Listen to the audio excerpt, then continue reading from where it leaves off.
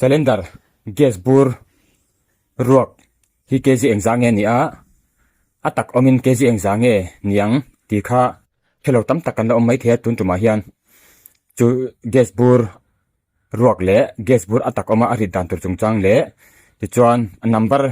heng asira heng lai hei d 31 inject te helaya 15.5 inject te chuan helaya hian net weight 14.2 inject te hi kan hrilh fia lukang cheu tin tunla chuan gas man to em a gas bur atak om cylinder refill sa atak om kan lakin kg engzat tur nge ni ti kha kan hriat theinan o hei hi Tare Weight ain tia hetan heta hian inject boka 15.5 kha Tare Weight ani ta a cylinder a gas bur hriat zau ani ta ni chuan heta hian net weight 14.2 kg ain tia chuan gross weight a hian 29.7 kg ain ti ta ni helai hawa inject hi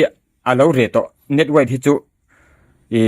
atang pui thuin domestic cylinder kan ti hi domestic gas bur kan ti hi 14.2 kg ni ta chuan heng ho hi Tare Weight zat te hi alang lo ani chuan hei asira hian alanga kan enti rang cheunga asira hian inject ani hei en ula mo Tare Weight 15.5 kg ani ta chuan maximum gross weight a hian 29.7 kg turani awmzia chu net weight a khan 14.2 kg nia chuan Tare weight a khan 15.5 kg ni chuan kha khami bel khoma khan som panga point panga le som pali point ni bel khom chu som ni pakwa le point sari ni tani mo refill to nuwa gas hi an thun kha to nuwa awaya hemi gas bur ri zong tur chu kg som ni pakwa le point sari ari turani ti kha kan thera poimo chuan helaya inject hi enge awmzia hi tuna entinan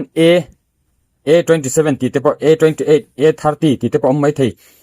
hei hi ABCD in an thena hemi ABCD ya an then chan chu enge A a chuan kum kha chungin thasom pahnia oma A khanin January February March a entira B chuanin April May June a entira